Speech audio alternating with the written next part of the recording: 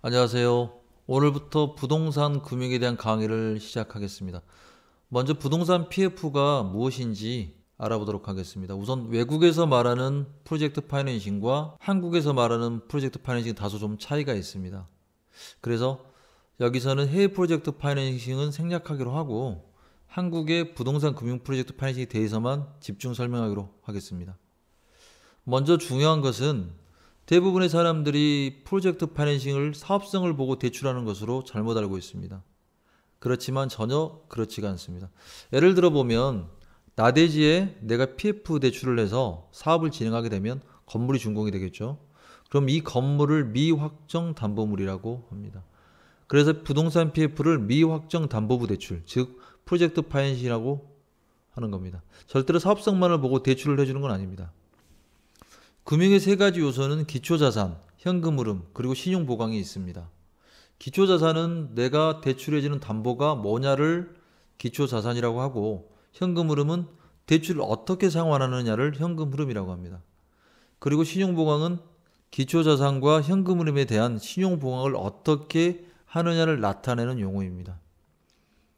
부동산 금융 PF에서의 기초자산은 방금 전 말씀드린 것처럼 미확정 담보물, 바로 준공될 건물이 기초자산이 되고, 현금 흐름은 분양 수입이 현금 흐름이 됩니다.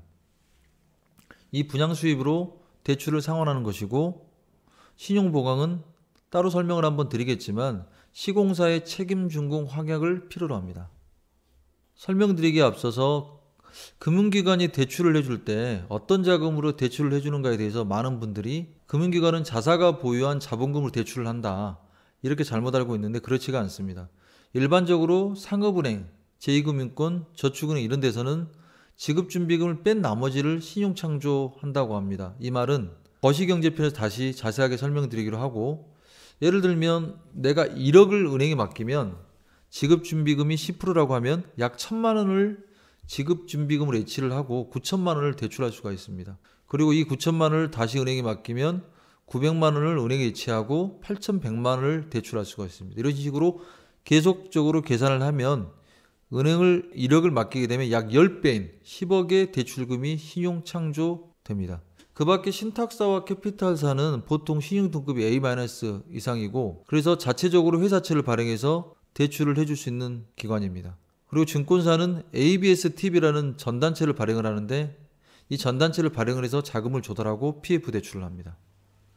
그 밖에 리츠와 펀드는 각각 투자자에게 직접 자금을 유입해서 조달하고 PF 대출을 진행을 합니다. 다음은 책임준공 확약인데, 이 책임준공 확약은 기본적으로 어떤 말이냐면, 만일에 자금을 조달해서 내가 공사비를 대주단에 지원했는데 해당 기관에서 건물을 세워서 건물을 담보물로 대주단에 제공하지 못하면 대주단의 모든 채무를 인수를 한다는 게 바로 책임준공 확약입니다.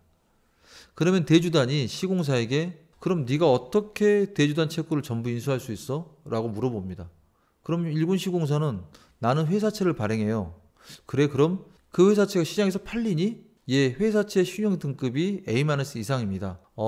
그러면 네가 회사채를 발행했고 그게 시장에 팔리니까 내 채무를 해결할 수 있구나 라고 확인이 됩니다. 그리고 도급 능력이 100이 이내면 이 건물을 충분히 지을 수 있는 능력이 있다라고 판단을 하는 겁니다. 그런데 도급 순위가 100에서 200이 미만이고 공사는 한 200억에서 300억 정도를 하는 회사라면 그 회사는 채무를 인수할 수 있는 회사가 안 되고 회사채도 발행하지 않고 회사채 신용 등급이 아예 없습니다. 그래서 이런 시공사들을 대신해서 만일 시공사가 해당 기간 내에 건물을 담보물로서 대주단한테 양도하지 못하면 내가 대신 채무를 인수해 줄게요 라고 캡을 씌워주는 게 있습니다. 바로 신탁사입니다. 이런 경우는 신탁사가 대신 채무를 인수를 하는 건데, 이런 거를 신탁사 책임준공 확약이라고 합니다. 그리고 이 신탁사의 책임준공 확약은 금융상품 중에서 크레딧 디폴트 스왑이라는 것을 응용한 것입니다. 이 책임준공 확약은 부동산 PF에서 너무나 중요하기 때문에 따로 한번 제가 강의를 하도록 하겠습니다. 그리고 여러분들이 증권사를 가셔서 PF를 할 때 아무 증권사나 가서 LOC를 발행을 한다, 맨데이트를 작성했다, 이렇게 하시는데 절대로 그렇게 하시면 안 됩니다. 너무 리스크가 크고 나중에 이 PF가 안 되는 경우가 많습니다. 이 PF를 할 수 있는 증권사는 결정이 되어 있는데, 예를 들어 순위를 정한다면 A그룹이라고 하는 H증권, M증권이 이렇게 있는데 선순위를 쏘고 제일 많은 돈을 투여할 수 있습니다. 그리고 B그룹은 H, N, M증권 등이 있는데 이 회사는 선순위, 중순위, 후순위를 다 하지만 기본적으로 부동산 PF에 대한 예산이 너무 적습니다. 그래서 이 B그룹으로 포함되어 있습니다. 그리고 C그룹은 I, B, D, SK 등 이런 증권들이 있습니다. 이 증권사들은 선순위는 안 하고 중순위하고 후순위만 합니다. 그리고 나머지 D그룹은 소규모 증권사로 자본금이 1000억에서 500억 미만입니다. 그래서 이런 회사들은 주관만 할 수밖에 없습니다. 이 증권사들 결국 PF를 할 수가 없습니다. 그래서 여러분들이 증권사를 접촉하기 전에는 꼭 이 증권사가 자본금이 얼마인지를 확인하셔야 하는 것이 중요합니다.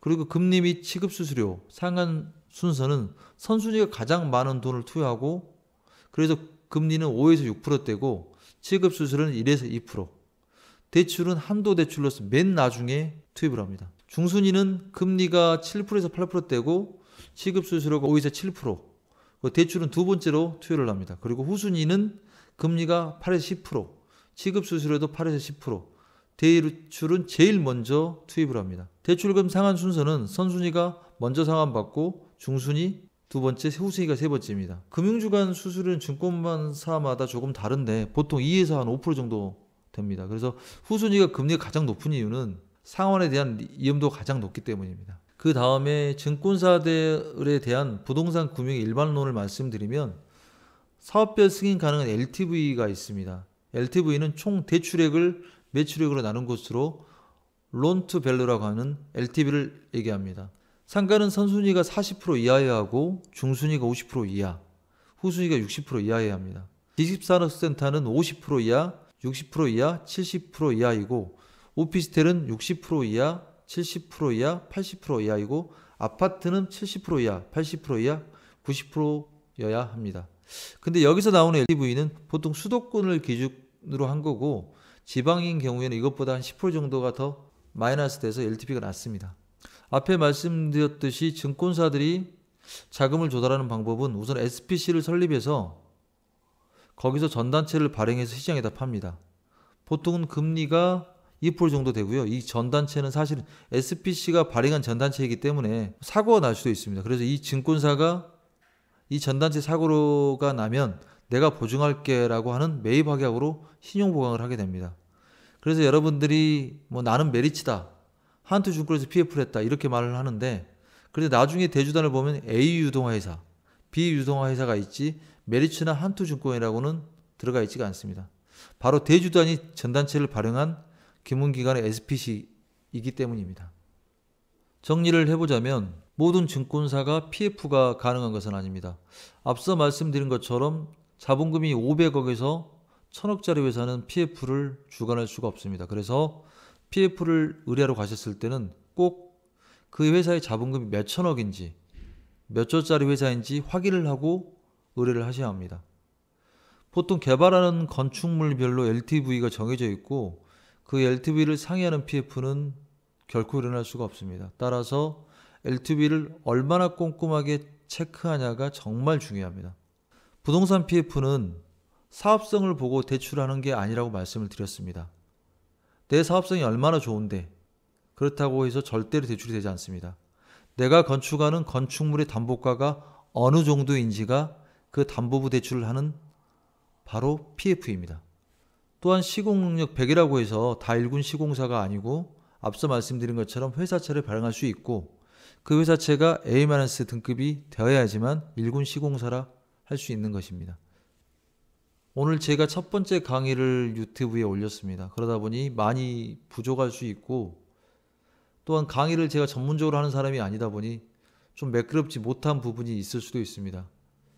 여러분들이 들어보시고 많은 평가와 궁금사항은 질문을 해주시면 제가 더 노력하고 성실하게 답변을 하도록 하겠습니다. 감사합니다.